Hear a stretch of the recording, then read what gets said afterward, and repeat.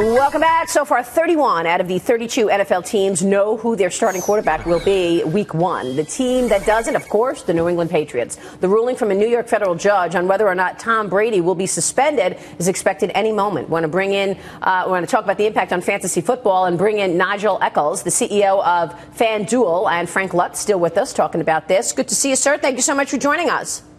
No problem. Great to be on. So how do you see this? I mean, what kind of an impact is this uncertainty around Tom Brady having? Yeah, so if you're in season-long leagues, it's pretty tough because you don't know if he's going to play in those first 4 games. So that makes a problem. You have to look at a backup quarterback for those games.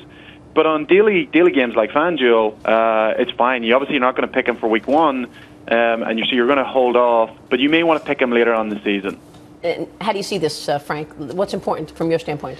For the first time, fantasy football is now actually bleeding over to real football because fans are paying attention to what's going on here. And the business of football is significant. Bob Kraft, who I know has been a good friend of this network, yes. He is outraged that his player is being so mistreated. And the NFL is outraged that Brady was not cooperative.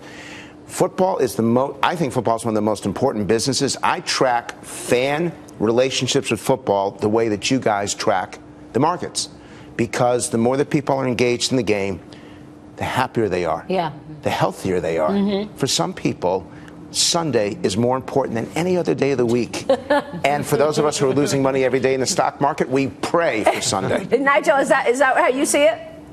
Absolutely. Yeah. And, the fantasy sports is the way that people largely now consume sports. So they, talk to a lot of people and they say whenever their fantasy team drops out of the playoff contention, their interest in NFL really drops.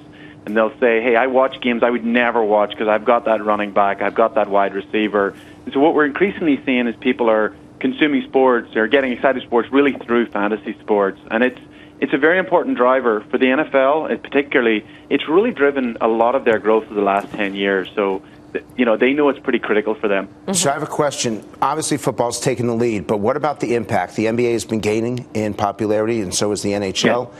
Does fantasy only work for football, or is it having an impact on other sports? That's a great question. No, it's a great question. So not at all. So NBA in particular. So NBA's got a young audience. It's got a lot of stats, and it's very fast moving. So fantasy basketball is actually the second biggest sport, and it's the fastest growing. So we're seeing a lot of growth there. Very, very exciting. And we see it's got a great future. Also, it's got a game every day, pretty much throughout the season. So. We see NBA becoming a fast challenger to fantasy football. And really fascinating. Started with baseball, by the way, Nigel, at a restaurant here in New York City. Nigel, good to have you. Thanks so much. Nigel Eccles, Frank Luntz joining us as well. Frank, great to see you. Now I get to leave.